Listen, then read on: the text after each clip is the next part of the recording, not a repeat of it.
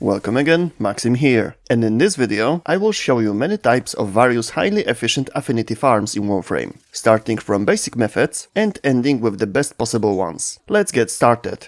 Apart from the fact that you gain experience practically on every mission, there are several locations that are very profitable. For people who like spy missions, or for those who want to improve their skills on spy missions and have some weapons to level up, I recommend those on Pluro and Sedna, Oceanum and Kelpie.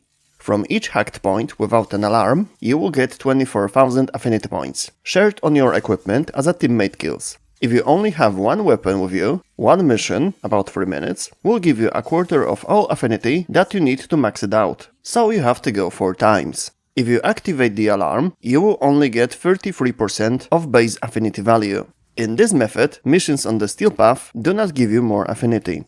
If you open relics on Void Fishers missions, you can use equipment that needs to be leveled up. While opening the relics, you will meet mobs that give more affinity than on regular missions. Finishing one approach doesn't take much time. You can also do endless missions with relics. Experience gained there will be increased because of special multipliers.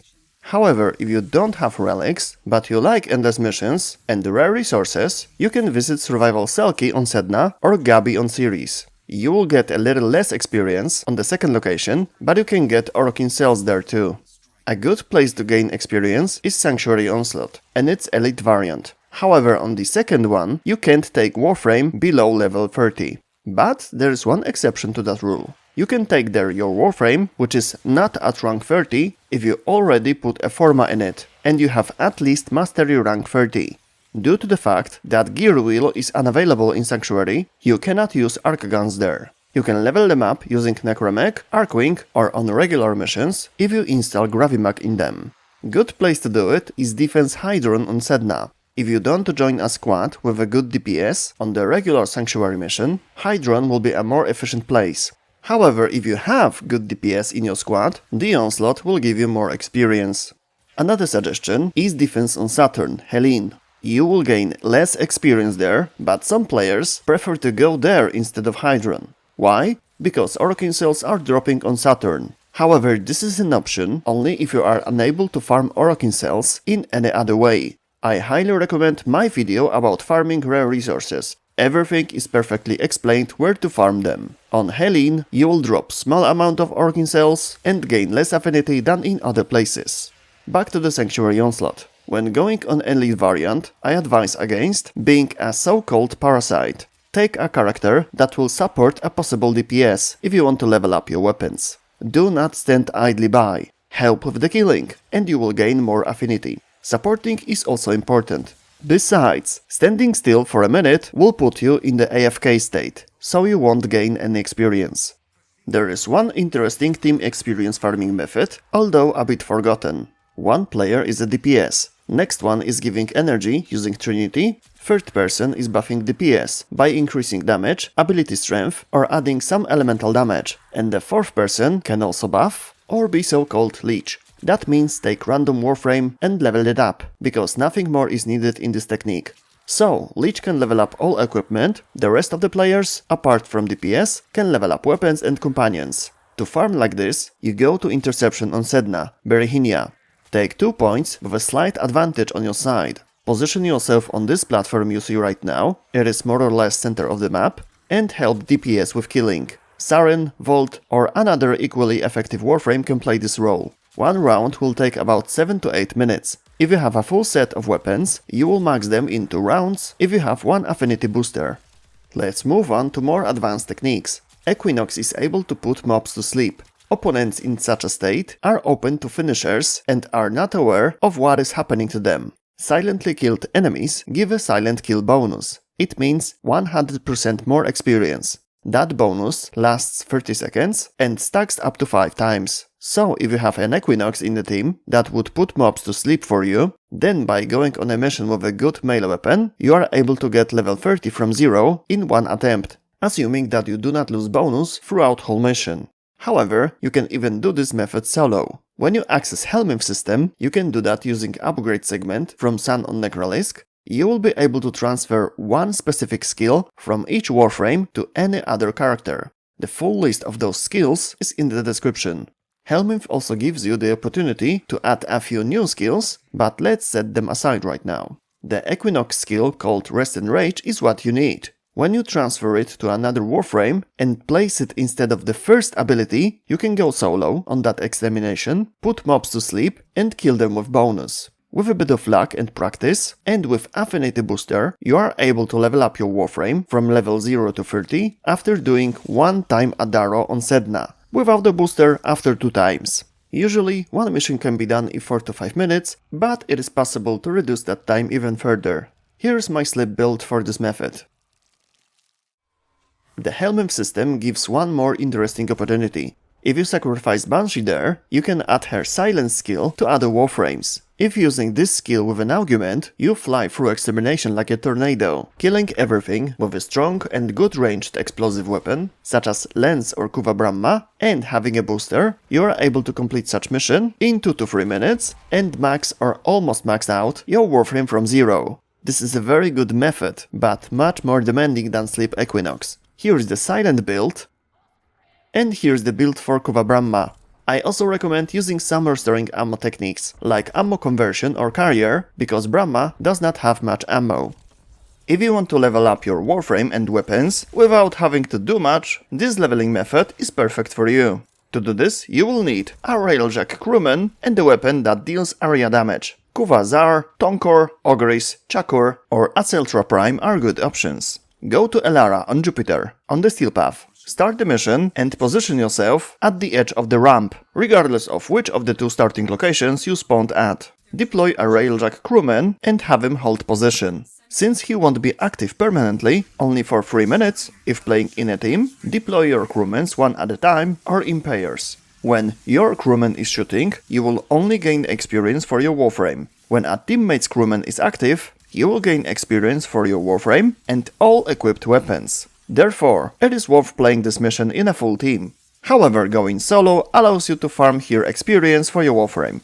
With an Affinity booster, you can level up your Warframe from level 0 to 30 and all 3 weapons in 5 minutes. For this approach, I used Kuva Chakur on my crewman, with the following build. Remember that when hiring a crewman from Ticker on Fortuna with command rank 10 in Railjack Intrinsics, you will have access to elite crewman contracts, which will have unique statistics, like increased critical chance. You can also increase your crewman's damage multiplier. By leveling your Railjack command Intrinsics to level 6, you can allocate 3 additional stat points to the crewman through the Dry Dock training option. You can also buff crewman through the Helminth system. Replace in unleveled Warframe the first ability, so you can use it immediately. As you will be leveling up, you won't run out of energy, but you can also use the Flow or Streamline mods. Good buff will be Rhino's Roar, Mirage's Eclipse with an Augment, or Grendel's Nourish. This will increase crewman's damage, and if you'd like to heal them and increase their fire rate, create the Wisp Spectre and use it near the crewman during the mission. There is one more very interesting method for farming Affinity for Warframes. You can level up any character from level 0 up to 30, under 5 minutes with no booster, or even in 2 minutes with 1. All of this on the Plains of Eidolon, in solo mode, and not on the Steel Path. For this method, you will need any Archwing and Nataruk, a bow obtained after completing the new War Story quest. I will show the build at the end of this video. The trick is to fly from camp to camp, high above the heads of the enemies. Stay at least 100 meters above them. You can place a waypoint right under yourself to know your altitude. First, take out 5 maps with the bow to gain a bonus that will increase your experience gain by 500%. Once you have it, fly between camps and search for Eximus units. There should be 1 in each, at the same spots in specific camps. I recommend doing this during the day, as at night mobs are often alerted and run around the camp. But for the experience to be counted to your Warframe, you can't be in Archwing. So, aim and shoot at the enemy with the bow. Then quickly press the melee attack button while looking straight ahead. You will then jump out of your Archwing, and after a moment, the arrow you fired earlier will reach the Eximus you were aiming at. And voila! The experience goes straight to your Warframe. If you bind your Archwing from the gear wheel to a specific button, you will be able to quickly return to it and fly to the next camp. To easily spot your targets, enable enemy highlighting in the options and set it to the maximum. Fly between camps until you fully leveled up your Warframe. If any mobs spot you and the stealth kill bonus disappears, recreate it on enemies from the next camp, and then hunt Eximus units in next camps.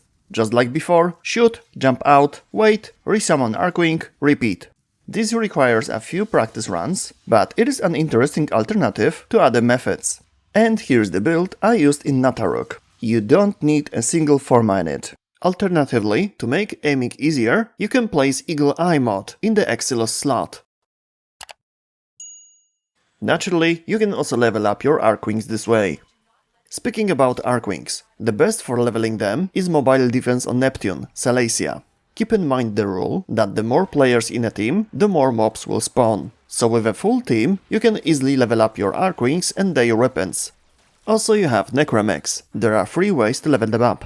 The first 2 are about Orb Valleys. First method is Thermal Fractures, a cyclical event during which you need to patch the terrain surface. To do this, you need canisters with coolant. They drop from spiders that follow the Exploiter Orb, near the Temple of Profit. You can use 4 containers at the same time in one spot. So just throw them in and start defending. During this time you can level up your Necramech. There will be waves of Eximus units from time to time, so this method can be more profitable.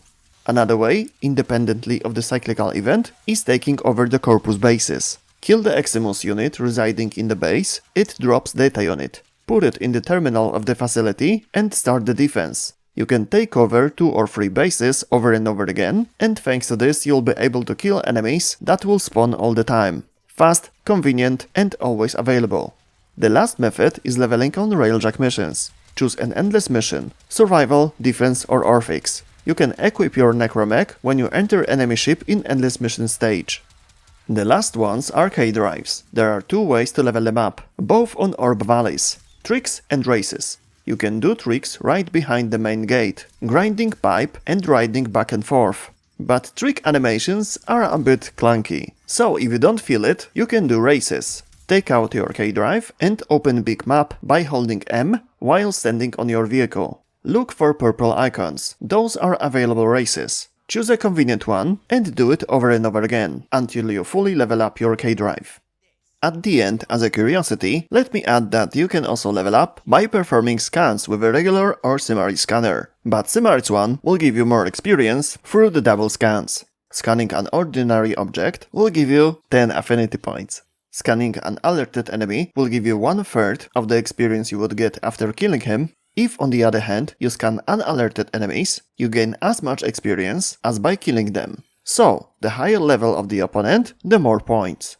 And that's all in this video. The Mastery rank topic is closely related to leveling up, but this one deserves a separate video. I hope that you're gonna like one or more of the presented methods. If you have any questions, the comment section is yours, or you can also visit me on one of my streams on Twitch. Link to the channel is in the description. See you next time, bye.